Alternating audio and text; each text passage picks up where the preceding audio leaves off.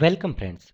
In this video tutorial, we will learn how to create database in Adeo.NET. So, we have already created one website.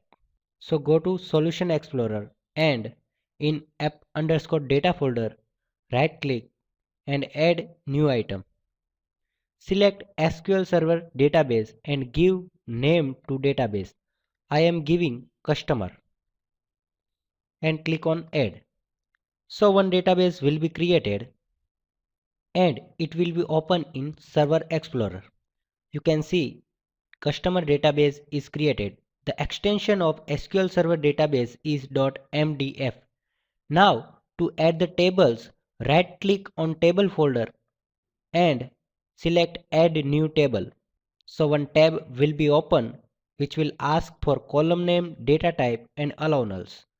I want to write name, data type of name to varchar 15 and allow nulls to false. Now I want to add one more column city to integer and address, data type of address to varchar 50. To save this table, press Ctrl S and give table name. I am giving customer must and press OK. So table is created. So this is the way by which we can create tables and create database.